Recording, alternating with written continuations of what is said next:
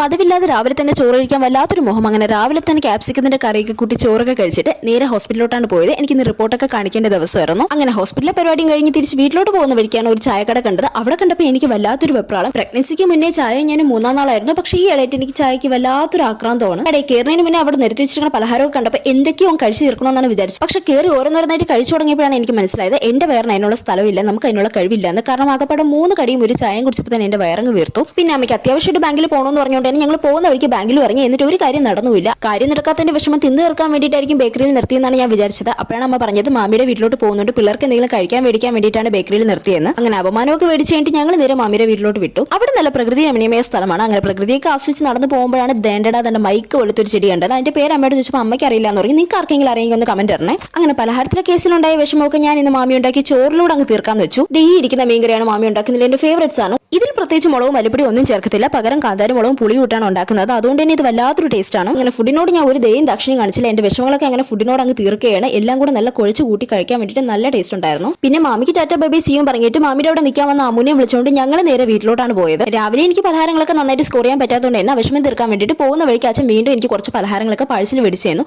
അങ്ങനെ അതും കൊണ്ട് നേരെ വീട്ടിലോട്ടാണ് വിട്ടത്. വീടെത്തിയ പാടെ നല്ല ചോറ് കട്ടനും പിന്നെ മുരുമുരാ നല്ല കോളിഫ്ലവർ ആദ്യം തന്നെ അങ്ങ് അകത്താക്കി. അങ്ങനെ അതൊക്കെ കഴിഞ്ഞിട്ട് അവിടെ സ്പെഷ്യൽ മസാല ഇട്ട മുട്ട പുഴുങ്ങിയതുണ്ടായിരുന്നു. അങ്ങനെ അതും കഴിച്ചു. അത് നല്ല ടേസ്റ്റ് ഉണ്ടായിരുന്നു. ആ മസാല പ്രത്യേകിച്ച് എടുത്ത് പറയണം, നല്ല ടേസ്റ്റ് ഉണ്ടായിരുന്നു. പിന്നെ അത് കഴിഞ്ഞിട്ട് ഒരു വാഴയ്ക്കപ്പം കൂടെ അങ്ങ് കഴിച്ചു. അത് കഴിഞ്ഞിട്ട് എനിക്ക് റിസപ്ഷൻ പോകണ്ടായിരുന്നു. അവിടെ എനിക്ക് ഇന്ന് കേക്ക് ഡെലിവറി ചെയ്യണമായിരുന്നു. അങ്ങനെ നേരെ ഞാനും എന്റെ കെട്ടിനും കൂടെ അങ്ങോട്ടാണ് വിട്ടത്. വീട്ടിൽ നിന്ന് ഇറങ്ങിയപ്പോൾ മാപ്പ് നോക്കിയപ്പോൾ 3/4 മണിക്കൂറത്തെ യാത്രയാണ് കാണിച്ചത്. പക്ഷേ എന്നെ കൊണ്ട് പോയപ്പോൾ അത് 1 മണിക്കൂറായി. വീട്ടിൽ നിന്ന് ഇറങ്ങിയപ്പോൾ ഉള്ള കോലമായിരുന്നു കേക്കിന് ഇത്രയും ദൂരം ഉള്ളതുകൊണ്ട് തന്നെ മെൽറ്റ് ആയിട്ടുണ്ടായിരുന്നു. പിന്നെ ആവശ്യമൊക്കെ തീർക്കാൻ വേണ്ടിയിട്ട് വീണ്ടും ഞാൻ ഫുഡ് അടിക്കാൻ തന്നെ കയറി. അങ്ങനെ നല്ല റൈസും ചിക്കനും പൂരിയും കപ്പയും ഒക്കെ കഴിച്ചിട്ട് നേരെ വീട്ടിലോട്ട് വന്ന് ഈ ഒരു ഫ്രൂട്ടും കൂടെ കഴിച്ച് ഇന്നത്തെ ദിവസം കൂടെ അവസാനിപ്പിച്ചു. അപ്പോൾ ഇത്രയുള്ളൂ. ടാറ്റാ.